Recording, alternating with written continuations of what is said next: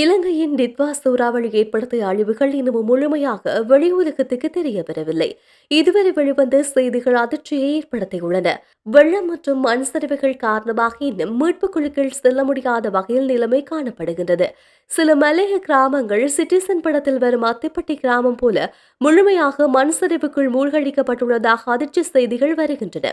குறுகிய நேரத்துக்குள் பெரிய வெள்ள நீரோட்டம் மற்றும் மண் சரிவுகள் உருவாகியுள்ளது. கடந்த 24 மணி நேரத்தில் 8 பெரிய நிலச்சரிவுகள் நடந்துள்ளது. வடக்கிலும் 50க்கும் மேற்பட்ட குளங்கள் வான் பாய்வதால் வெள்ள நிலவரம் தொடர்கின்றது. தற்போது ஸ்ரீலங்காவின் முப்படையினரும் இந்திய வான்படையும் இந்திய தேசிய பேரிடர் மீட்பு படையும் மீட்பு பணியில் ஈடுபட்டுள்ளது. இந்தியா தனது சிட்ரக் மற்றும் MI-17 ரக உலக வானூர்திகளை களத்தில் இறக்கியுள்ளது.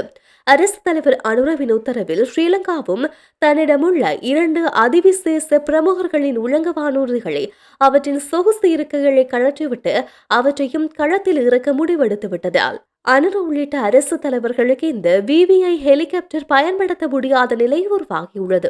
கடும் வெள்ளம் காரணமாக அனுராதபுரம், தேகேந்தகண்டி ஆகிய சிறைச்சாலைகளில் இருந்து சகல கைதிகளும் தற்போது தற்காலிக தடுப்பு மையங்களுக்கு மாற்றப்பட்டுள்ளனர்.